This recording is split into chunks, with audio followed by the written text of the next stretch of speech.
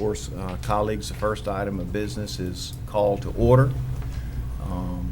And the second item of business is public comment, members of the public desiring to address the school board. And then, so that will be item 2.1, requested referendum on changing the method of selecting the superintendent of schools. I think, Dr. Kelly, you indicated you had a comment? I just want to be sure that I understood what my colleague was saying when we afforded this opportunity, and I'm appreciative that you're here. Thank you for the research that you've done. But I wanted to be sure that I understood correctly that this time today was in lieu of the perpetual coming to meetings and 4-minute speakers every time between now and whatever our decision is. That is accurate. That's correct. I see That's heads not what I nodding. understood. And I would not That was quite what I understood. understand that either. The fact that we had a workshop with these folks doesn't mean we can preclude anybody that wants to come and sign up for the 4-minute presentation. I thought that's what Ms. Ivanchuk had Is that what you suggested. meant? What I was saying is that at that time, they had come to us 3 times, and my point was that they were coming up at 4-minute intervals, All the time. and I said, why don't we just have a presentation where we can get it all said? Now, I don't know that we can make a ruling that they can't come back. I mean, to me, this should give the information we would need, Instead of. correct? They're shaking their heads yes. Yeah, that's the So- plan, okay. So that's the plan, Well- that this pretty much sums it, but I don't know that we Well, can and- rule and I- that and they I- can't come back. No, and I wouldn't go there, No, frankly. I'm But just what saying but that what I would that also was the say is this, intent. the second part of this is, I wouldn't try to preclude anybody else from coming Yeah. that may want to speak against it. That's true. So, I Right. mean, you, I Well, think we're and in the that wasn't posture that my- we're receiving Right. information. Yeah, that wasn't my suggestion at all. It was just that I wanted to be sure that Right. I understood Ms. Ivanchuk's Sure. idea behind this. Well, I just knew that in that 4-minute time, and even though they had several speakers, we weren't getting any continuity on the big picture of what they're trying to get across to us. So I was just hoping by doing it today, we could get the big picture, and then that might alleviate them having to piecemeal this at several meetings. Well, I got a feeling we're going to get it today, and we're probably going to get it some more. That's just Yeah, gotcha. kind of what I'm thinking, but I might be wrong. Invite it. Yeah, I got you. All right. Well, in any case, 2.1 is the requested referendum on changing the method of selecting the superintendent of schools. And so, Mr. Ryan, I think you've distributed a PowerPoint here, and sir, if you would approach the podium, and I'll turn it over to you, and you know, the folks may have questions or comments, and would you prefer to receive those during your presentation, or at the end, or both? Both, sir, is fine. Whatever Okay. works for everybody. So if anybody has a question, please don't hesitate to jump in. Good morning. Thanks again for inviting us here. We're going to try and get as much information as we can to you. Obviously, things will come up. Other questions will come up in the future, and I'm sure we'll have to come back and try and help answer those, and we don't mind doing that. So I do want to emphasize that the point of this is not to try and talk anybody in this room, in the school district or this county, into the benefits of appointing the superintendent. The question that is before you right now is only whether or not to have a referendum and let the people decide this issue. That is the only question. So we wanted to give you some information. It's going to be light on the concept of appointing the superintendent and more heavy on things like the timeline and the mechanics and what the processes and procedures are to get there should you decide to have a referendum, and then should a referendum pass. So a couple of quick disclaimers up front. We are not endorsing or advocating for or against any candidate for school superintendent, school board, any other office. That is not our function or our mission. And we're just a citizens advocacy group. We're not politicians. We're just a bunch of retired teachers, retired military, some parents, and just normal voters, regular voters. And none of us are running for political office or anything. And this is not, in this presentation, meant to criticize in any way anything that anyone in the Okaloosa County School District is doing. And you'll see when we get to some comparisons between elected and appointed districts, we don't compare Okaloosa County to anyone else. We compare a group of districts with appointed superintendents to a group of districts with elected superintendents, and that is it. So, briefly, what are our chief arguments about appointing the superintendent? Accountability, because then the superintendent can be removed locally if we have an appointed, if the school board hires the superintendent. Constituent input is still maintained, and we argue it's actually enhanced, because voters can then make inputs on superintendent selection and retention throughout the superintendent's term, as opposed to once every 4 years you get to walk into the ballot booth, fill out your ballot, submit it, and that's pretty much it. I will point out that in last election, it was only 29% of voters actually voted in the superintendent election, so that's less than 1/3 of our counties currently picking the superintendent. And this is really key. We believe that a superintendent that's hired by the board is going to share the agenda and the goals and have to work with the board. So it eliminates things like information silos. Essentially, the board and the superintendent are going to be pulling on the same end of the rope all the time. It's going to be a requirement, or eventually the board will want to remove the superintendent from the job, okay? And our big point is we need to ask the voters ASAP. We want the voters to weigh in on this and decide what is the way for the county to move forward. All right. A couple of myths and facts I'm going to point out there. People say, oh, I'm going to lose my vote. My voter rights are impacted. I won't have an input. Well, that's not really true, because the way this is done in Florida counties that do hire the superintendent is all the hearings and events are public because of sunshine laws. A voter advisory council is impaneled by the school board, and that's usually put in a school board policy. And so the public has an opportunity to vet the candidates along with the school board and to participate in the discussions. And then, of course, voters will always still have that ability to have one-on-one or group interaction with individual school board members or at school board meetings. Another one, a common misunderstanding or myth out there, is that if the board decides to remove or fire the superintendent without cause, they have to buy out the entire contract, and that's not true. There's a Florida statute, it's 215.425, and it limits the severance pay to a maximum of 20 weeks, all right? Unless the superintendent is found to have committed certain types of misconduct, and then the severance pay does not apply. And that all is, under state statute, it has to be included in the contract. The contracts we have looked at have only 90 days of severance pay. So the way we read the statute is you don't have to actually include severance pay. It's an option, but if you do include it, no more than 20 weeks under state law. All right. There's also a misconception about how much appointed superintendents get paid. Yes, in some of the larger counties like Dade and Broward that have student populations of 300,000 or 400,000, there are superintendents that are making over $300,000 a year. However, if you look at 6 similar-sized counties to Okaloosa that have appointed superintendents, and when I say similar size, their UFTE is within about 10,000 of Okaloosa's in the, I think I used the 2017-2018 UFTE reports, or it might have been 16-17. Bottom line is these are the 6 counties that are close to Okaloosa in size, and that average was $171,145. So it is more expensive, probably in the neighborhood of $35,000 to $36,000 over the current elected superintendent's pay rate. All right. I want to just look at some performance statistics before I bring these up. I've got to emphasize again, these are averages of appointed districts, some appointed districts, or in one case it may be statewide, but I'll get to that, versus elected.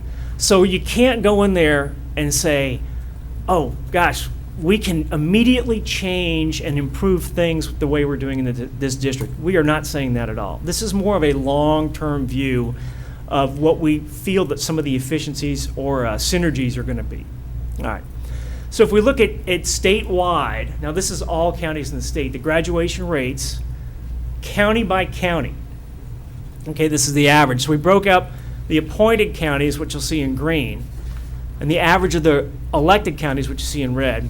The graduation rates in the appointed counties are slightly higher. It's not, anything that is dramatic. We've already got an A-rated district. We already have really good school performance. And the superintendent said this when the grades came out last week. Said the credit goes to those teachers, staff, and the folks that are doing the job day in and day out at the schools. And I think he's absolutely right. So we've already got that core of individuals. The thing I would take away from this slide is probably that if we switch to an appointed model, it's just not going to get worse. I don't think you're going to see any great bump up, but I don't think you're going to see a negative impact either. Right? Next, looking at the district grades, and Dr. Kelly, this goes to something that you had brought up several weeks ago in one of the meetings. It's broken down into all different subcategories, but if you look all the way to the right, when you look at that overall grade, there's your overall district grades. Okay, the appointed counties again show a slight. Again, this is average of all appointed counties statewide. They show a slightly better grade. But if you're already an A grade, you're not gonna get a whole lot better. Right? So again, the point of this is not to say that we can improve student and school performance or district performance by switching to an appointed model. We're not really arguing that, but we are saying we don't expect it to get any worse. We expect to be able to maintain that A rating with no extra effort or anything. So I have a question. Yes, sir. And I understand that you're displaying data. Any interpretation of the data that you're displaying there? Nothing beyond, sir, what I just said. I mean, I think the emphasis is we don't really think that the selection method has a huge impact on the district grades. You don't think accountability plays into that? Into the Appointed? district grades, I would have to think about it. I'll be honest with you, what I think plays a bigger factor is teacher pay rates. And we've got very high teacher pay rates relative to the mean and medians in the state. I understand, but I meant particularly in terms of the data that you're displaying. Does the accountability of an appointed superintendent to the school board reflect those higher marks? I would say, in that sense, yes. When you're talking about the superintendent's responsiveness to the school board's agenda Rather than. And willingness to work, or requirement really, to work hand in hand, and again, like I said, pulling on the same end of the rope, yes, I think that does play into this. All right, I'm just So, curious. Sure.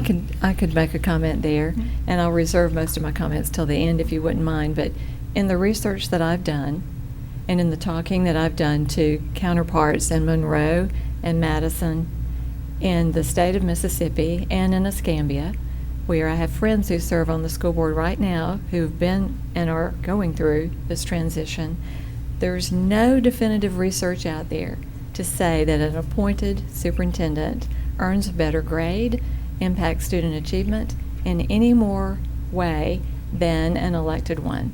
In fact, the researchers that we rely on, like Vanderbilt and the Random House and all of those that we go to, our go-to researchers, say that the method of terminology of a superintendent is such a minor point in the varying points in a statistician's process there that you could never sift that through what makes an A grade to determine the point of a superintendent. That ultimately, the teacher in the classroom, the direct instruction, is really the key factor, and the school-based leaders to some degree, as most of the research points out. So that statistical slide is a little bit concerning to me, and I would say also that if you were to pull Okaloosa out of there, because we are one of the top, always have been, top performer, that I think you would see that line change a little bit. So I think lumping us in with an average group is a disservice to us rather than a reflection of us. And that may go to what you were saying before, I'm not sure. Yeah, and we're just attempting to explain data And that understand, we're being right. presented with, and I get what you're saying, but I would say this.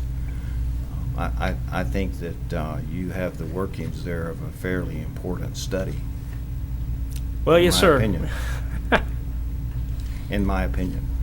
If that data is accurate, that's pretty interesting. It is, and I got to stress, it is just an average of all the get it. grades I of understand. appointed versus elected. So I think Dr. Kelly's right, and actually, Dr. Kelly, we agree that there is, actually, I know we agree, there is no definitive research out there right now, because we've looked at it, and there is no definitive research that can argue that school performance is going to get better or is superior.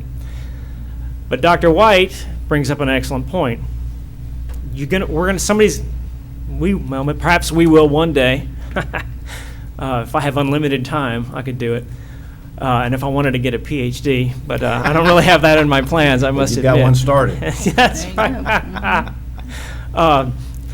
But yeah, there's something that has an effect on that. And it could be completely unrelated. It might be more related to county size and Could be concentration of accidental. urbans. It could be, exactly. So, but there's something there. But again, the point is, we don't think it's going to get worse. We do not think it's going to negatively impact. And I think that is pretty safe to say from looking at this slide. And Mr. Ryan, to be clear, these statistics came from, Florida Department of Education. okay, because I didn't see a note on that, but I just wanted to make sure that that was out there. Sorry, I should have, my apologies. Let me go back You know, and I'm an give English credit teacher, to. you got to do your No, footnote. I actually was supposed to be on that slide, and that was my bad. So That's thank okay. you. Thank you. I'm down to a B- right now, but I'm gonna work back. All right. That's I'm gonna right. do some makeup work here. Okay. Okay, thank you. Well, if you thought that generated some discussion, then these next ones really should. All right. And I really have to emphasize. All right. What we're going to look at next is an average of a bunch of appointed districts versus an average of a bunch of elected districts of similar size to Okaloosa County. All right. We are not in any way saying that this is indicative that Okaloosa County can do better in any areas. That is not the point. The point is to try and look at the data and analyze the hypothesis, which is if the school board hires the superintendent, then the superintendent working for the school board will have to basically be in sync with the school board's agenda. That creates less friction, eliminates information silos, and should create some synergies and positive effects that will result in efficiency somewhere. All right, so that was my hypothesis when I started looking at that. I looked around the Florida Department of Education website, and what I found was this Educational Funding Accountability Act, and there's this report every year that I know you're familiar with, the Summary of Administrative Expenditures. So I looked at that, and I actually liked it because it was in a .pdf format, not a Microsoft Excel. So it's really, you can't go manipulate it. You have to, if you really want to analyze it, you have to hand jam all the numbers in your own spreadsheet that you make up, which is what I did. So looking at these reports, this is what they look like. We have the printed copy of that. Yes, sir. It should be in your slideshow there. And there's a lot of numbers on here. But essentially what it does, it looks at your instructional support expenditures versus your administrative expenditures. Now, what do businesses and other large entities do when they look at themselves and figure out, are we running our enterprise efficiently? They'll tend to try, one of the metrics they'll look at is how much of our money are we putting into accomplishing our core mission, and how much are we putting into administrative overhead, running the enterprise. So I tried to look at that sort of concept when I did this analysis. So on this report, you can see in the blue circles, you've got instructional support and administration, overall big categories. Now, I talked to some people up at Florida DOE and also locally to get some more insight, because you can't just take the big total numbers on this, and there's some reasons I'll explain in a little bit. But the first thing I looked at was general fund versus special revenue fund. So if you see the blue rectangle, it's on the general fund. My understanding is with the general fund, districts will have a little more discretion on how they can spend that money versus the special revenue funds. So we kind of threw the special revenue funds out when we were making the comparisons between two groups of districts. All right. The next thing, and I got this from someone at Florida Department of Education in their financial office up there. They said, we've got this student transportation and food services part of the instructional support, but that can be largely dependent on the geographic size of a county, urban population concentrations, and a bunch of stuff like that. So we decided to just throw that out. We said, let's not consider that. So what it really left us down with was looking at the general fund, the numbers now that you see in green. So it's the instructional support general fund, less food service and transportation, all right, versus the total administrative cost. Now, you have to do it on a per UFTE basis because it's not really valid to compare Okaloosa County or Lake County or Escambia to Dade or Broward because their administrative overhead in those larger counties is not going to be 10 times what our administrative overhead here is. So that's why we had to go with the similar sized counties. If you did look at the Dade or Broward administrative overhead, you will find that on a per UFTE basis, it's way lower. But that's because they have such a huge student population. So that's why I limited this to the 6 appointed and 6 elected counties of similar size to Okaloosa. And again, it is an average of one versus the other. All right. So if our theory, our hypothesis is right, that the superintendent working hand in hand with the school board reduces friction and will create synergies, what I would expect to see is that the administrative expenses on average in the appointed counties are a little less than the elected counties. And that allows those appointed counties to throw a little bit more money into instructional support. That was my hypothesis. So looking at the first one, here's the administrative expenditures. I took the last 4 fiscal years for which data was available. Right? And you can see that, yes, the average administrative expenditure in the elected counties is a little bit higher on a per UFTE basis than it is in the appointed counties. All right. Now, and if you look at the last year, fiscal 17 to 18, it was only down to a little over $6 per UFTE. And you might think, well, $6 per UFTE, that's nothing. But when you multiply it by 30,000 UFTE, that's still 180 grand. Now, this is key. I am not, emphasis, I am not sitting here saying you can save $180,000 today if you do this. That is not the point at all. What we're just trying to say is that we believe that the lack of friction and the synergies that can be gained by the board and the superintendent working hand in hand on issues will result over the long run in some efficiencies. All right. Looking at the instructional support, we can see that, again, it's what you would expect. Those districts, the appointed districts, tend to put a little more money per UFTE into instructional support expenditures than the elected districts. Again, it's kind of just an overall general trend. You can't take any specifics away from it. Now, I'd like to switch to some mechanics issues because. Well, let's see. Are there any questions I'm or sorry. comments there, colleagues, about that data? Okay, sorry. And I guess there's another potential dissertation right there. So. I'd be in contact with a couple of statisticians, maybe at UWF, and I think you got something. Okay, sir. All right. So moving on, we talked timeline, and I know that's a big issue. So the March 17, 2020 is the next countywide election. All right.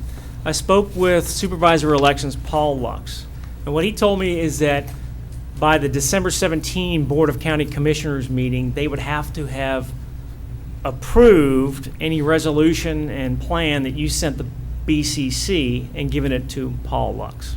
Right? Commissioner Fountain at the BCC told me they would probably need 2 to 4 weeks to review any resolution that this board sent to the BCC. However, so before everybody goes, oh wow, we got plenty of time. Hurricane season's coming up. School's about to start. You know, that first month or two of the school year, everybody gets really busy. So my recommendation would be, if you're going to take up a resolution, I would do it sooner rather than later. All right. If you pass a resolution no later than August, then I think the BCC would have ample time to review, even if, God forbid, we got hit by some kind of, hurricane or something like that. But again, the sooner you take this issue up to pass a resolution, if you want to put it on the ballot, I think the better it's going to be. So any questions on that timeline there? Well, colleagues? I do. Go ahead, Mr. Sure. So March 17th, 2020, what type of an Right. election is that? Good. That is a presidential preference primary. It's Okay. countywide. And is it safe to say that this is a heavily Republican community? Yes. Okay, and is it safe to say that Donald Trump will probably be the Republican nominee for reelection? Well, I'm not going to make any speculations on that, sir, because I was just saying, is it Yeah. safe to say? well, I'll be honest with you, and I'm Well- not trying to be evasive, but Okay. Well, when let we me- start talking so- Republicans Let me versus interject, Mr. Democrats, Bryant.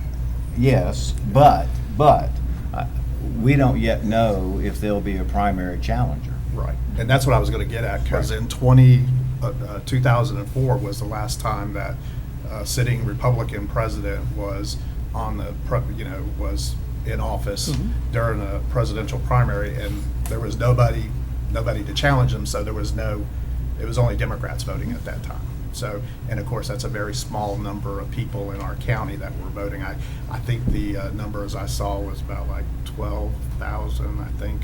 And it's on the supervisor Yeah, election but website. if this were to go on the ballot, it wouldn't just be Democrats. I voting. understand that, but I'm just saying the intestinal fortitude of Republicans going out there and actually participating in something that might, that's my concern is what is going to be the turnout. And mine And too. actually, I And- can give you some more specifics on that. We do have a couple slides down the road where we look at turnout Okay. and the effects of turnout and effective voting and that kind of stuff. But before I even get to that, just to answer your question, let me say this.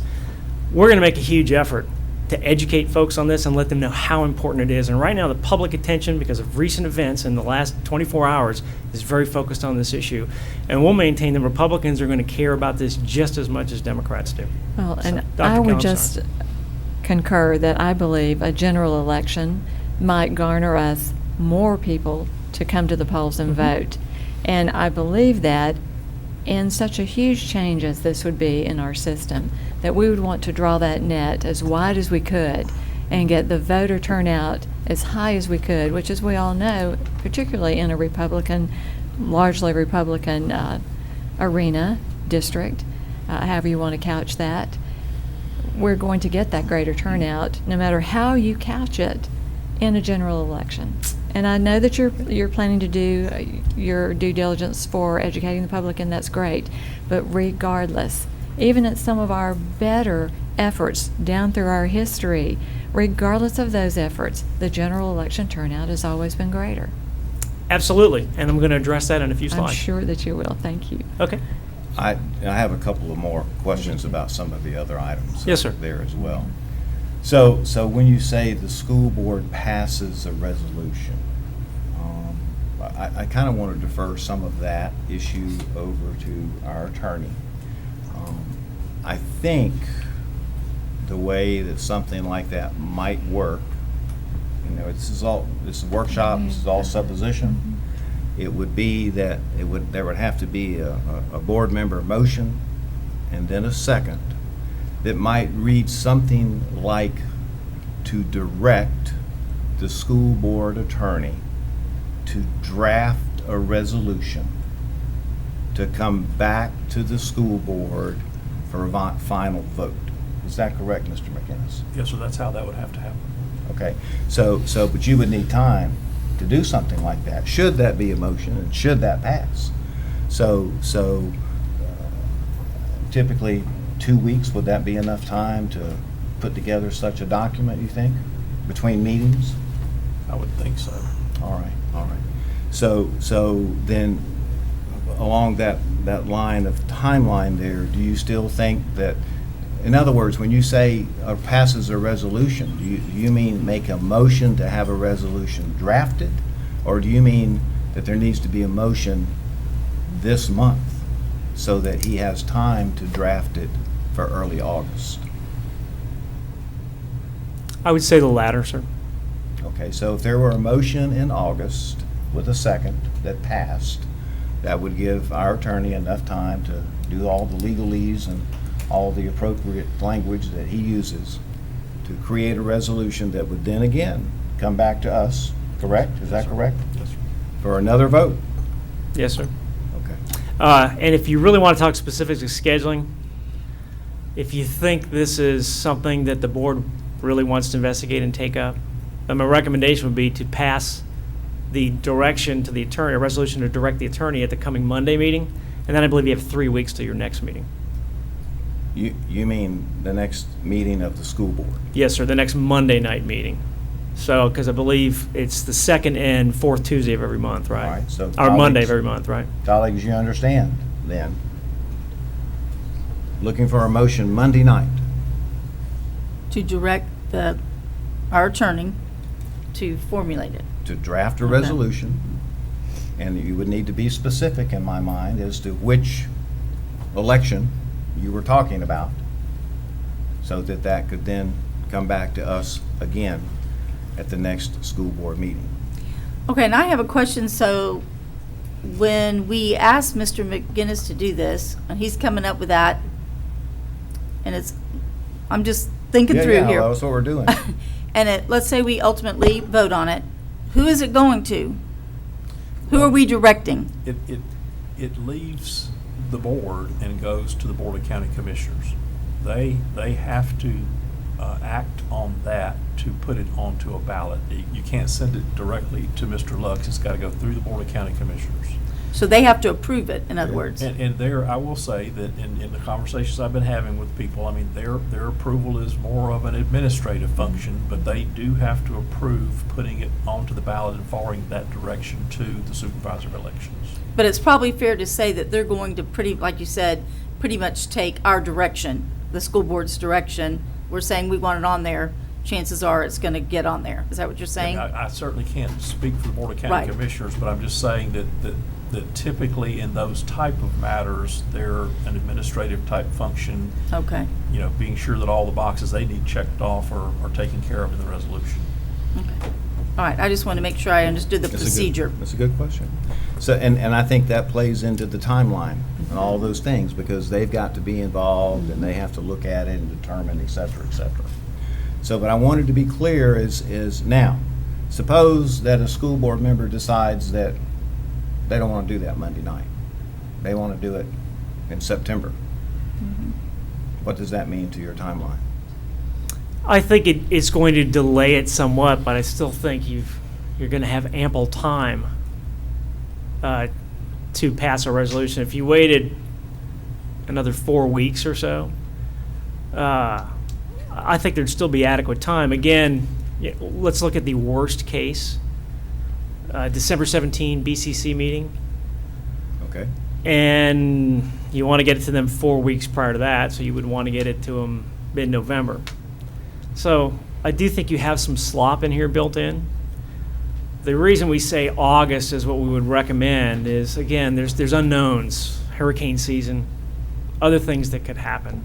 So if this is something that the board wants to do, then I would look at passing the resolutions, or at least starting the process of voting on a resolution sooner rather than later. Does that answer your question, sir? Yes, it does. I guess at some juncture, there is a critical point where you're not going to make the March election. Right. And I would say, I can't give you an exact date, but I would say you're looking at, early November. I think if you did not pass a resolution by your first meeting in November, although I don't have a calendar in front of me, so I don't know the Understand. date of that. Right. It would either have to be your first meeting in November, which would probably be the absolute last, and that's cutting it close, or your second meeting in October. I think if you did your second meeting in October, you'd still have time. But you don't know what unknowns, again, are out there. So, does that answer your Yes, question sir. there? It does. Okay. You And- have, Mr. Ryan, do you want to Yeah, recognize actually, Ms. if it's Mitchell? okay, Ms. Mitchell Well, I can guess I make have a question, because in proposing a referendum, so what the school board would do is request a referendum. Would it be your choice then, which referendum to put it on? I mean, which Good question. election I- thing? I think it So depends on that's where these- I'm confused it right depends now on these is board members. You If- have to form a resolution to have a referendum, but who decides whether it's on the March ballot or the November ballot? That, You know, in we're my mind- advocating the March, so we were just under the assumption that you vote, say, we want the referendum, so it's a little bit more complicated than that. Depending on what date. Depending on what date. Yeah, so in my mind, the board member that makes the motion would clarify for the attorney which election they were speaking about. That makes sense? Well, but then there's two parts. My understanding is that the board would need to include in your Sure. resolution and request to the Board of County Sure. Commissioners which election you're talking Exactly. about. Okay. That's Right. not, Okay. I don't think they want to get involved in No. picking your election. So Okay. Right. All right. So, that's- so that's that my motion, if wants to be made, would provide the particular election. In this case, you put on here, March 17, 2020. But a board member might say, no, I want to go with a general election, or I want to go with an election 4 years from now, or whatever the case might be. Okay. Mr. Destin? And that would slide the entire Oh, yeah. schedule forward. Absolutely. Well, and in my mind now, if I understood you correctly in the presentation that you sent to all of us, that I've looked at, should that happen though, then there will be another superintendent's election. Mm-hmm. Show them the rest of the slides. Sure, sure. And maybe you're gonna cover that. Yeah, we are going to cover that. Okay, I'll stop then. But yes, yeah, there would be another superintendent election. If it's not my understanding, I think Mr. McGinnis addressed this I don't know, maybe 6 weeks ago. The way I understand it is if anyone is qualified for the election, which I believe happens in June. That's right. Okay. One has pre-qualified. Right, but that Not doesn't legal, mean, right? yes, but if anyone's qualified prior to a referendum passing to make the switch, then the election for which individuals have qualified takes place. I believe that's what Mr. McGinnis that's my said. understanding from Me too. Mr. Lux is exactly that. So, bottom line, if you do it in March and it passes, there's not going to be an election in November. If you do it anytime after June and it passes, there will still be an election in Yep. November. Okay. Does that answer that question, sir? Directly, thank you. Okay, thank you. Okay.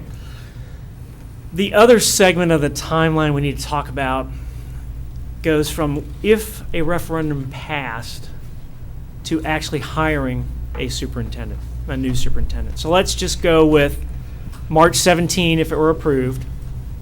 November 17 is when the current superintendent's term ends. All right.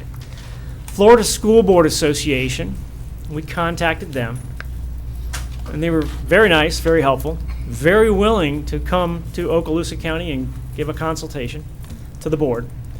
But they were very limited in what they would say to us because we are not members of the Florida School Board Association, however, you are. So what they basically said was, we'll answer a few of your basic questions, but really someone on your board needs to contact us. And that's fine. However, we were able to go out there and search on the internet and find some other documents that FSBA had provided to other counties that are making the switch, making the changeover. So basically what they said, and there's the link to it if you want to go read it. It's on the Martin County website, board's website, is that they're looking for a minimum of 6 months to do a full search, but they can do it quicker than that if they like. All right.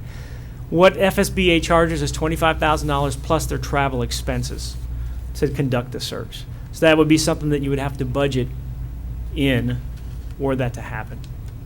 Okay. What does that mean, search? I mean, they solicit resumes, or they actively seek candidates, or, just curious. Sir, honestly, that's a question for FSBA because I get it. can't speak for them. Okay.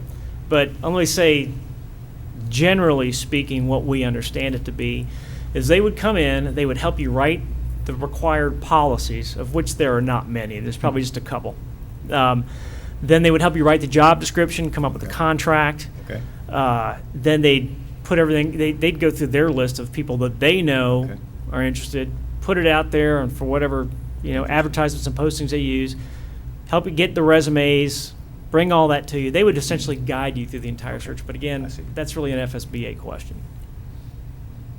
Okay, thank you. Sure. Okay. I apologize for the quality of this slide, but the next few pages actually have the specific verbiage written on them. We got this out of one of the FSBA documents, so we could only get it off the internet. But this is essentially their 6-month generic timeline for a search. Now, let's talk about what Okaloosa would have to do, there's a couple of policies, probably one on conducting the superintendent search, and then another one on either voter or citizens advisory council that would have to be written. And those are generally the two policies we see that other counties that actually have written policies on how to do this. Those are the two policies that we see they have. So where would you have to do those? Up front, of course. So that's probably, if you're looking at the timeline on the screen now, those two that I just added in there at the lower left, the draft the new policies and review them. You'd want to start on that as soon as a referendum passed.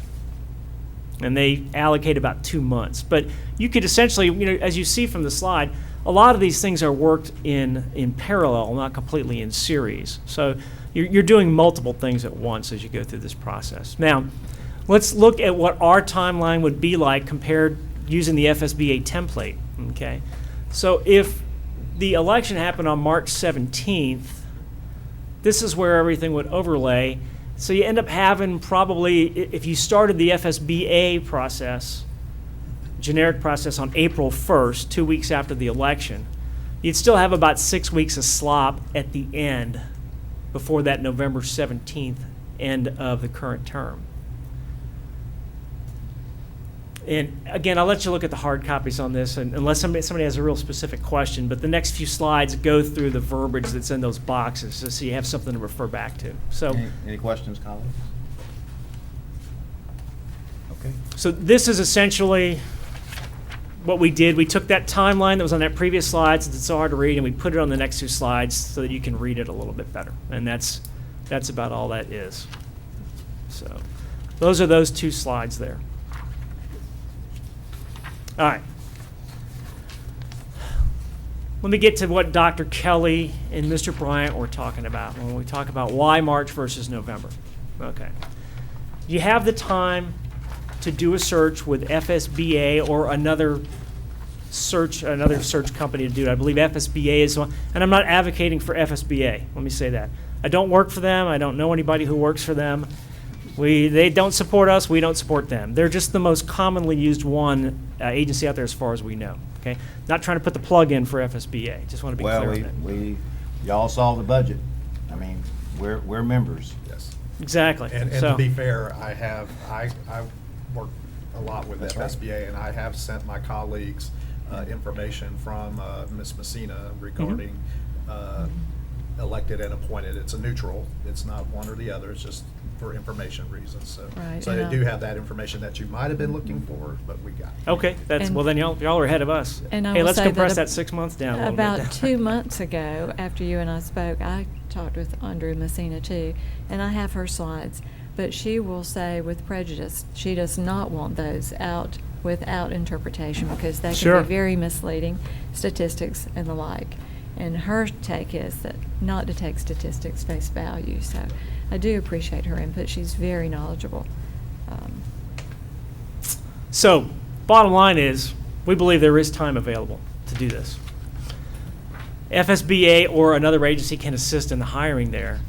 And this is not reinventing or inventing the wheel from scratch. This is done in 26 other counties in Florida right now. So there's plenty of corporate knowledge and experience doing this. And as another public servant told me a few weeks ago, he said, you know what really you got to do in a case like this? You got to use the case method. And I said, what's the case method? And he said, copy and steal everything. So, all the policies and the contracts, they're all available. They're either on the web or you can just email the district and get a copy of the contracts. That's where we got our information was from just other districts' contracts. So those are available to use as a template. Now, the other big thing you can do, and this is a huge benefit, is you can appoint an interim superintendent to extend the window should you need more time. All right. FSBA is doing a search. Is it Indian River? You remember? It's either Indian River or Volusia. I think it's Indian River, right? Doing a search for Indian River because their superintendent resigned, and they wanted to get an interim superintendent in the seat within a month. And they said, well, that's pretty aggressive for an interim superintendent, but it's doable. So if you decide, as you get down the road in this, that we need an interim superintendent, FSBA will help you with that search and that appointment also. So that's an option right there that, again, extends your time window. All right. And again, a public briefing by FSBA is going to allow the board and the public to ask questions. So we would recommend doing something along those lines to get more info from FSBA if you feel you need it. Sounds like there's already been some contact with FSBA, so that's good. All right. Continuing to talk about the March timeline. Okay, the recent events have really galvanized the public. Right? The public's attention is probably focused more on the school district now than it has been in decades in this county. If we can talk about that, it's a matter of opinion, but I think it's hard. Anyone's hard pressed to argue against that. All right. Public confidence in the school district and especially in the board took a hit. We are not criticizing you because we know that the board is very limited in what it can do. But you all heard, and I'm sure you must have gotten phone calls and emails from folks, why the heck can't you do something about this? It's like, well, it's because under Florida law, you can't. So fairly or unfairly, there's a lot of people out there who are upset with what happened, and who are they taking it out on? Unfortunately, right now, they're taking it on y'all. And again, fairly or unfairly, that's just what's going on. Our campaign is actually drawing a lot of attention to it. We're even surprised so far with the responses that we get and the notifications that we see. Newspaper articles, online discussion. We get sign-ups. We get a few more sign-ups every week on our website. So we get a lot of traffic on Facebook, a lot of traffic on Instagram, Twitter, and on our website. So people are definitely interested, and this campaign is effective, and we're just starting it. We haven't really done a whole lot of traditional media advertising or anything like that. We've just kind of done some Facebook and some digital advertising. So we're just getting started, and people are talking about this a lot. All right. Voter attention then and interest in March, if this were on the ballot, is going to be higher than normal. Also, if the voters decide in this county that we want to do it, we should start doing it now. We don't believe that waiting another 4 years to actually implement the voters' vision or direction is going to be something that the voters like or even understand. So we make that argument that we feel the superintendent will be more responsive to the board and, again, pulling on the same end of the rope as the board. And if the public agrees with that argument and wants to make this change, then we shouldn't have to wait another 4 years to start having that system. Again, it's up to the voters. Now let's talk about the November election. And Dr. Kelly and Mr. Bryant, we should hopefully address some of your questions here. All right. I talked with Mr. Lux about this. He said if this referendum goes on the general election ballot in November, it's going to be either at the bottom of the back page of the ballot or on the second page that a lot of people won't even get to because they don't realize there's a second page. There's a word for that in election. Ballot roll-off. There you go. Yes, and there's actually another word. Happens to school board members. It is. We're typically at the bottom of the You ballot. see it, and there's even there's two other distortions that'll happen if we do this in November. Okay, so this is roll-off. And I'll show you the roll-off numbers from 2016. That's very easy to measure. All right? But there's this other thing they call choice fatigue. Yep. So what happens? You get in there, it's election day, or even if you're doing early voting, you show up at one of the early voting locations because it's Saturday or whatever. But let's just say you go early voting location, and the line was a little longer than you expected. And you get in there, and then you finally get to vote, and you go, oh my gosh, I got to pick the kids up. I got one kid who's at Crestview High, and then I got another kid at the middle school, and I got to go pick both of them up, and I got to get out of here in 5 minutes. So you hit the top ones, then you get down and you go to the state senators and representatives, and you get to the Supreme Courts, and you go to the constitutional amendments and all. And as you get to the bottom ones, you either blow it off, which is counted for in roll-off, or you get hit by something called choice fatigue, which is where you just go, oh yeah, look, I want to say I voted in all the races, so I'm just checking off the first thing I see. And that's what you call choice fatigue. People get tired as they sit there for a long time of making a logical or analytical choice. And they just start pencil whipping it. There's some academic research, not a lot out there. That's very hard to measure. You can't really look at an election afterwards and say, oh, here's the choice fatigue. What they say is somewhere like, 1/4 to 1/2% per position on the ballot. So if you have 25, if you're number 25 on the ballot, you're probably looking at a roll-off of somewhere around 6 to 12%. I'm not roll-off, I'm sorry, choice fatigue, where the selection is actually warped. Okay. What's the best way really to have this referendum? A special election. Let people come out and just focus on this. But I understand. I mean, it's cost prohibitive right now. But if you did it in March, when there's going to be the presidential preference primary and a few municipal elections, it is basically like having a special election without having to pay for it. That's what you're looking at. Also, the possibility exists that if you do it in November, you have the referendum in November, you also have, the terminology I have up there is incorrect, it's not a runoff, it would just be a general election if you have candidates from more than one party enter the race. So now people are going to go, and they're going to go, okay, wait a minute, up here I voted for so-and-so in the superintendent election. But now down here there's this question about, are we switching to an appointed method? If I vote in this one down here on this referendum, does it then negate my vote for superintendent? Do they then not count it? And again, we're going to do a lot to try and educate people, but there is going to be a significant percentage of the voters that are confused by that. And that's a problem. So what do the numbers look like? You look at this and you go, oh, wow. I'm using 2016 numbers. Heck yeah, turnout's way better in November than it is in March. 75 to 39%, yeah. But you got to dig a little deeper. You just can't look at those numbers. You got to think about the roll-off, the choice fatigue, and voter confusion. So roll-off's easy to measure.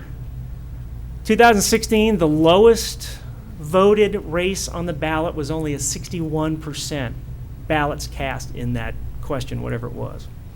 So there's 14%. Choice fatigue, 5%. I think that's actually a conservative estimate. And the 10% voter confusion, I think that's a conservative estimate. But we went with lower numbers on that. All right. You've got, on the other hand, in March, you've got Yes for Oakland schools out there beating the pavement, and we're all over the internet. I mean, again, I've been surprised, happily surprised, at the response and the information that's getting out there. People are talking about this. I'm going to bet you that we're going to raise turnout by 10%. And Mr. Bryant, to go back to what you said, we're not focusing on Republicans or Democrats or independents. We're focusing on everybody. If you live in Okaloosa County, especially if you're a registered voter, we want you to know what's going on. We don't care what party anybody's in. So I don't want to take bets on this, but I'm highly confident that we are going to see greater turnout if we put this in March, especially, again, going to what I talked about, with the public being galvanized on this issue. More focus on the school district than we've had in decades. All right. If we do it in November, what's it going to result in? If it passes, you're essentially going to have a lame duck superintendent in office for 4 years. Now, I'm not saying that they're not going to be able to do their job or be effective, but essentially, that individual knows that he or she is not going to run again for office. Maybe they will apply. Maybe they'll go to another elected office. All right? If they go to another elected office, that also opens another can of worms. Okay? Because if they're going to run for another elected office, say down the road, because they know they're not going to be able to run for school superintendent again in 4 years, they are going to be reluctant to alienate voters through their term. And how do we alienate voters? Making budget cuts that are going to upset people. So I would expect that if you had another elected superintendent, that you're going to see a lot of friction and a lot of back and forth over budget issues. I think that elected superintendent then is going to be less influenced by the board on keeping the district's financial house. And obviously, there's some issues. I have full confidence that y'all are going to be able to resolve that without a problem, but this is going to make it harder. I have a question Yes, about ma'am. this. Mr. McInnes, on this, it says, so if it was on the ballot in November, okay? So there would already be an election, so it would go, is there a timeline? I mean, 4 years is a long time to vote on something and it not take effect. Typically, when things are voted on, they go pretty quickly, January 1st, whatever. Is there any kind of law about that timeline? My understanding is simply that if there is a superintendent elected in in the elections next fall, Mhm. they're elected for the term of office is set by law, and they would serve out that full term. So that's what's really driving the timeline to implement a change in the method if that were to pass, because the person that's elected gets to serve the term of office they were elected to. Okay, so we would be looking at, if that passed, a 4-year timeline before it would take That's my effect. understanding. Yes, ma'am. Okay. I just think that brings up some issues too. Well, and there are examples of that. I have Escambia's who did that. Here's their timeline. And they took that timeline to firmly and fully, completely develop how they wanted their action items to fall. So it wasn't. Yours wasn't 4 years though, was it? 2 years. It was. It was They had 2 years. Two, They yeah. did it in November of So 18. a lot of at the things can midterm. happen in 4 years. It just seems like a big gap Yeah. of time. We know. Well, and ma'am, if I can add on to that, let's Yep. say, so right now, well, let's look at what that timeline would look like real quick, or real quickly. This is July of 19. We'd be asking the voters to wait almost a year and a half, so a year and 4 months to even vote on this issue. Then you'd be asking them, if it passed, and to wait another 4 years. So what you'd be looking at overall is 5.5 years from now to when, if the referendum passed, the voters' direction would take effect. I'll let y'all think about that one, but I'll tell you this. Our opinion is, I don't think the voters are going to understand that. So everybody has to judge that for themselves. But you got to understand, I mean, people will wonder what the heck is going on. So anyway, anything else on that? That's an excellent point. I'm glad you brought it up. Okay. So, the closing thought is there's an interview process for school principals, and we conduct searches outside the district for football coaches and athletic directors. We are not saying that being able to cast the net wider for a candidate is justification for doing this. I can only speak for myself personally. I believe there's plenty of qualified people in Okaloosa County for this job. So I don't think you have to look at it, and you have the ability, if you want to give more weight to someone who is in the county or has experience in our school system, to appoint that individual. You can do that. It's up to the board to decide what's the criteria, all right? But I want to point out we don't do any of that to select our school system's leader. Ultimately, what we're arguing for, though, is let's let the voters decide this ASAP. Any other closing questions? I think some may have some comments, but let's say, are there any questions, colleagues, regarding the presentation? No, not on that, but you have some, in the PowerPoint, you have some additional slides. Well, they're just backups. I mean, I don't want to bore y'all with them, but I mean, one is, I was told by our resident retired English teacher, take this slide out, they know about this stuff. But the history is just talks, the only point behind the history slide, I'll just build it for you real quick, Fine. is it started off in Florida back before the Civil War, established a school system. Then the first statewide the first superintendent position was a governor appointment. And of course, the governor removed the individual. But then, 16 years later, 1885, they said, hey, we need to move the power to select the superintendent down to the counties, not make it so that it's a political appointee by the governor. And then in 1955 was the first movement actually to have a hired superintendent, and that was a constitutional amendment that only had 4 counties. And then it was 1968 where they said, we're going to give the option to all counties in Florida. So what's the takeaway from this slide is that the progression in Florida of things is towards decentralization.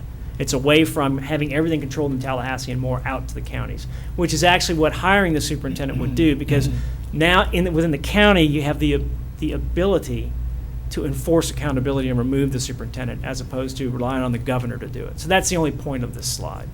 So. Okay, but my concern was not so much that, but not only are you asking to change this process, but I see a change in the board members' function. If we end up in this process and we have gone through and appointed a superintendent. And I was looking at some of your things because as a board member now, that changes my job. because now I will have other tasks to do, because if I've hired you, I have more responsibility than if the people voted you in, okay? And so, in a sense, you've changed, and I'm just playing devil's advocate here, you've changed my job description. So when I ran for school board, I knew what the parameters were. But now, because I'm seeing here some things you put on here about what I'd be responsible for some things that you've done, just like anybody who hires somebody. You know what I'm saying? You see where I'm going with this? I do. Then, of course, when something's not going well, not to say that I might, in the current situation, get a phone call when a citizen is unhappy with something that's going on in our school district in general. I get phone calls on that. However, if it's something that the district has done to put in place, that's different than a board action. So I can say that. But if I've hired you and then the citizen calls, you see what I'm getting at? Is the dynamics are really going to change, and you've put some there that you say are positive, which is that if I've hired you, then I can work with this board to unhire you. On the other hand, there will be other dynamics that change as a board, and I think we'll have to consider that if we wanted to move forward. If I could just comment about that, and I think you're exactly right. I think you're exactly right. And my thinking about that particular matter has been that, in a way, if this situation were to be proposed by this board and it were to pass, that our roles would become akin to county commissioners who have a county administrator who is hired by the county commissioners, or would be akin to a city councilman who hires a city administrator. And that city council, or in those county commissioners, basically are in charge of evaluating that employee's performance. There's no question. We would be more like them. School governance in Florida is vastly different. We've been trying to educate folks about that. Mr. McKinnis tells me for over 30 years. School governance is vastly different than city or county government. This would make us more like them, in my opinion. That's all. Sir, I would agree with that. And I'll point out, with greater authority comes greater responsibility. That's right, no question. So you can't argue with that. I would like to point out, though, it's not me or Yes for Okaloosa Schools that would be tasking you with that or giving you that greater authority. It's, last line on this slide, it's the voters. And if it's what the voters want, that's the key here. We're just advocating for, right now, having a referendum, but I believe it's up to the people to decide if they want you to have greater authority and responsibility. And if I could just add to that for just Sure. one quick moment. I think it's a little bit unfair for board members who were elected themselves under the guise of what our role would be as that's set forth in statute, and to change it now while we're already in our seats at this juncture, if that makes any sense. And certainly I'm malleable and flexible and will do whatever the voters tell me to do in that regard. But I just think that that might not have been thought through, that element of it. I think you've got a valid point, Doctor, but I'll say this. Approving this referendum doesn't change the statutory description No, of not at anybody's all. job here. Not at all. It Okay. adds to it. That's my point. It does add some authority and responsibility to the board that if the voters want it, then yes, that's what should go. But let me ask you this. Did anybody here during the election campaign say, I'm running for school board unless we have a referendum down the road and we switch to an appointed, because I don't want to have to do the hiring. So I'll do the job unless you make me do the hiring, and then I'm going to resign. Did anybody? It's a rhetorical question. Obviously, nobody's going to say that. So, but when we were campaigning, we knew what the structure was. Mhm. So when you're going for, Well, and I hear that, but here's the thing, in my opinion. if this were to pass, it's not about me, it's about the voters. True, yes. What the voters want. And if I work in this capacity, then that's how I want to serve. Well, certainly, and that was my However- point. However it Just is that they say. minute. Or I have a choice of just not serving. You can resign. You would have the So- option of resigning. So, but I guess the bottom line for me is that the only way the voters will have a say in any of this is for this school board to send a resolution to the county commissioners. Yes, sir. Can you approach the county commissioners yourself and make this happen, Mr. McInnes? No. So, unless this school board allows the voters to have a say in this matter, it's not going to happen, That's correct, sir. okay? Let me ask one quick question, Chairman. Do we have any statistics on the average tenure of a appointed superintendent, having come I from do. 24 years of municipal service I where have we hired and that. fired city managers, administrators? The average tenure for a city manager in Florida used to be about 2.2 years. Wow. So, I have that for superintendent. There could be a big difference there. Do you have any statistics on what the average I, tenure is? I don't have them in front of me, sir. I have a general idea what they are, but it sounds like Dr. Kelly does. I so. certainly do, and anybody that knows me knows that I'm going to do the research. The average tenure for an appointed superintendent, I believe it was 3.6 years, and for an elected is 7.2. Yeah. So They you're go a elected. lot faster. Yeah. Now, the argument could be made that they need to go a lot Well, faster. I was going to say, what's There's the a point being reason made? why. Is it good or bad? Yeah. Because you And that can't we do leave anything up about to it, the yeah. person looking at And- it. Yeah. But and I it is just- it is a fact of yeah. life that they get swapped out a lot. And we finally got to the point in Destin where we were having to hire headhunters Yeah. to find an administrator for us because pool was getting a little small. And And then the dynamics that occur within the organization has something to do with folks' willingness to Exactly. stay or to move of their own volition. Yep. So I get that, yeah. Go Well, ahead. probably a better statistic would be not the years, but how many terms people have served as superintendent, because like you said, those years, if they haven't, there wasn't a way to get them out of the office, then they get counted for those years, but how many times were they, elected, do they serve 2 terms, which means the people voted them in, so. I would just like to make a few points, if I could. Just for points, from my personal standpoint, I know that to make your point, you've made some statements there, and I understand why you might have done that. But for me, particularly as a new board member, and as someone who's in her 40th years of service to this district, I will say, I've never felt that we had a silo of information, and certainly not right now. I think we get a lot of information. So I just wanted to clear that up from me as one board member.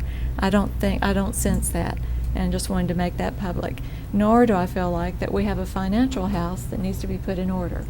I think that all of our people, but because that's part of the factors of being in a plus district, all of our people have those things in order, and we certainly, and certainly my colleague here before I was elected, put in play some more transparency items. But I just wanted to say as one board member, I don't feel those things, nor do I feel that a superintendent would be a lame duck in that particular situation. I just don't have those concerns. And then I'll make a couple of more comments when you're done, Ms. Mitchell. Well, I Kid- just wanted to Counselor. add in that Oh, go ahead. the whole idea behind asking for a referendum has been to improve the environment of our entire school system, because what you're experiencing now is a wonderful experience. We have a very capable gentleman who has been placed as Who's been very superintendent, transparent. and he's been very transparent. But what is the guarantee that the lack of transparency will not occur again? And this is just to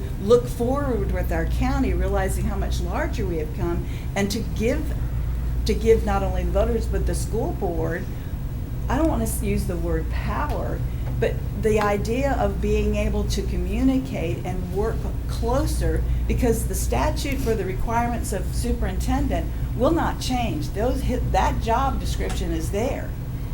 And it is in that job description where he says, The superintendent is supposed to inform the school board, but it's their choice whether to inform you or not. By hiring a superintendent, it requires them to inform you, not to keep anything secret. And that's all we're asking, because yes, I know in the past, I can guarantee you, the superintendent didn't share with the school board. Not just most recently, but in years past. And that makes a difference to me. As a voter, I want to know that if we have a dilemma, we can come and say, well, why isn't this being addressed? Why isn't this changing? What can we do? Well, you can't really do anything except complain to the governor. That's the only, because you can't do anything. Well, then why did I vote for you? Because we do budget. Because you do budget And we do policy and And curriculum. that's it. I mean, you And hold a little your- bit of personnel moves, you got a little power, but not Yeah. much. No. Yep, not much. But what was it we shared? Someone found out that there was a superintendent in Bay County who wanted to hire an individual. The board voted against it, so the superintendent sued the school board, McAllister An elected versus Bay County. superintendent. an elected Elected superintendent. So I think that is where we are coming from as far as our movement to get it on the ballot and let the voters decide, because if they think the same way we think it's a wonderful thing. And it would really be a limited amount of work that you would actually have to do, and the voters have confidence in you, they voted for you. Just because there's a slight change in your job description, to me, you should be welcoming it, because it's going to be for the betterment of our whole school system and for all the individuals involved, not just the administrators, but the teachers and our students and staff. And for me, Peggy, and I do appreciate your points there. For me, though, I think if we were in a deplorable environment, if the culture of our district were in shambles, I think I would rush, leaping forward, probably bring the idea forward myself. But once I did the research and talked to people and really got a better grasp, I don't feel that, and I have to back up and say, I concur wholeheartedly that we have just lived through a very horrible one-time incident in the history of Okaloosa County Schools.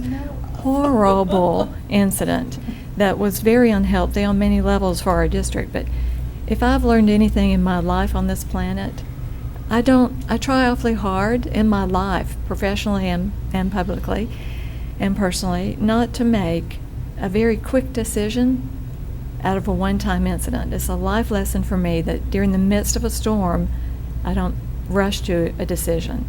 So for me, that's why the March thing kind of bothers me a little bit. I think November, I do agree that our citizens should have a voice. But to me, I think November suits me better, my rationale. What kind of, can I ask a If you question followed about my that? campaign. So if it were to happen then in November, then that would mean the 4 years of an Understand that. elected Yes, I superintendent, understand that. and you're okay with that? I understand, yes, sir. Okay. And I'll just finish with saying that if you followed my campaign at all, which a lot of you did, and I'm very appreciative, you heard me say a kabillion times, was almost my tagline. The very focus, the point that any of us work in a school district. It doesn't matter if you're the janitor, if you're the lunchroom lady, STP person, or a teacher, or a principal, or a district level staff member. You have one goal, and that is to put conditions in place to increase student achievement. And we've just said the research doesn't say that going to a different system will increase student achievement. So to me, that is the ultimate sticking point. But ultimately, I think the voters deserve a voice, and I think now you know where I stand, so thank you. I appreciate it, Dr. Kelly, thanks. You have another? If I can just say this too, I think your goal is laudable, and that should be the primary goal, but should we also have a goal about effectively spending the taxpayers' dollars?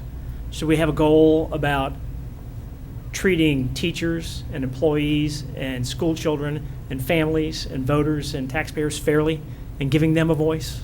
I think you have to have more than just the one goal. So I That's a admire your major focus. right. I target. admire your major focus. That's fine, but a major focus can't exclude other I never elements. said that. Obviously, we have to Never said widen the that. aperture here.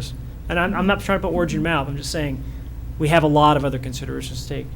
I'm sorry. Thanks for all you do. We really do appreciate you, and we did vote for you to put you here. But as a parent of an ESE student who is now in Orlando because he could not survive here, Silver Sands was not his cup of tea. I think many things could have been done differently, and Mr. Chambers, thank you so much for what you're working towards for the ESE students and for the behaviors and stuff that need to be addressed, because the teachers are not informed. They do not know how to do it, and we need more help. But how do we get that help if we don't have more accountability with the superintendent? You guys, 5 people versus 1 people running a train, getting rid of people, that affects our kids.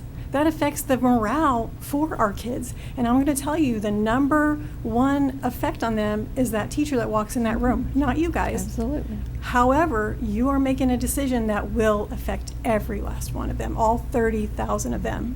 And I know the ESE population is probably the smallest one, but right now that's the highlight. Where the weakest link is the biggest fail. So I'm just, saying my point of view is more accountability. We need that for our kids, and they're our number 1 focus. So thank you so much. Doctor, I'm sorry. I want to address one other thing you said, too, when you talked about rushing to judgment. If the superintendent had resigned, the former superintendent had resigned yesterday, if she had been accused the day before and the story came out in the press, and then 8 months later we changed the system, I might buy the rushing to judgment argument. The misconduct occurred in the spring of 2016, so over 3 years ago, and it was first reported in April of 2017. So that was over 2 years, 2 years and 3 months ago. Okay, so we're talking about having a referendum 3 years after this became public. That's not rushing to judgment, in my opinion. Thank you. So obviously, we respectfully disagree. All right, is there any other comments, colleagues, board members? Any other questions?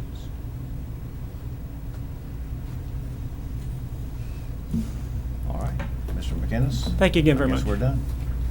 Thank you all. This workshop Thank you so adjourned. much. Thank you.